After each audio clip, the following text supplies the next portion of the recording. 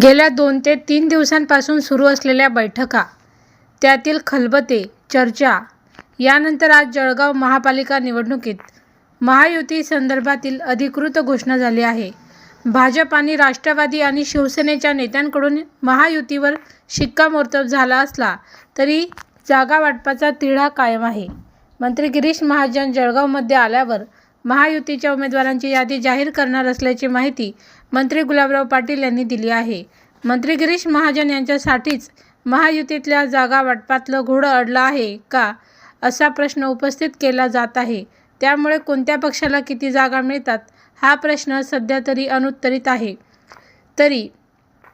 तर दुसरीकडे महायुतीतले नाराज झालेले उमेदवार विरोधकांकडे जाऊ नये यामुळे दक्षता म्हणून उमेदवारी अर्ज भरण्याच्या शेवटच्या दिवशी 30 तारखेला महायुतीच्या नेत्यांकडून उमेदवारांची यादी जाहीर होणार आहे.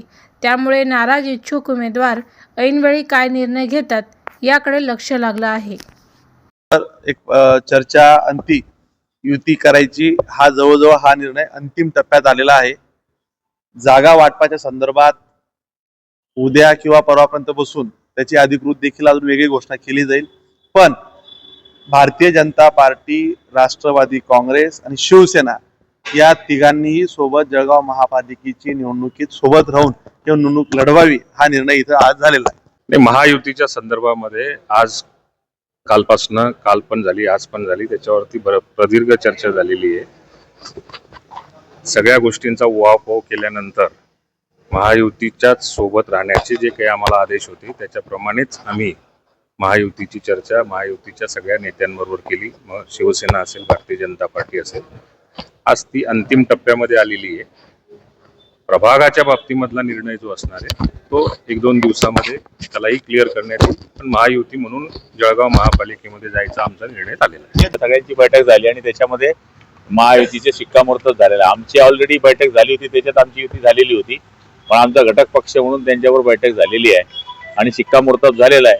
त्यामुळे आता महायुती डिक्लेअर मंगेशदादांनी केलेलीच आहे. त्यामुळे मला तरी असं वाटतं की अडचणी आता काहीच राहिलेली नाही.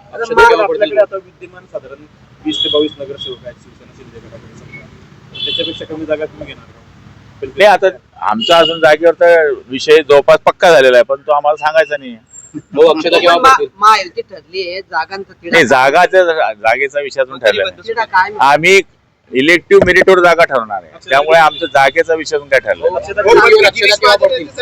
गिरीश महाजन हे नाशिक मध्ये आहेत, जळगाव मध्ये त्या येतील त्या दिवशी आम्ही 2-3 दिवसानंतर आमची यादी डिक्लेअर करू उमेदवारांची. जागांवर जर पटलं नाही भाऊ तर मग काय ते आमचं पटलंय. भाऊ अक्षय दागारी पडतील 30 तारखेला या तुम्ही.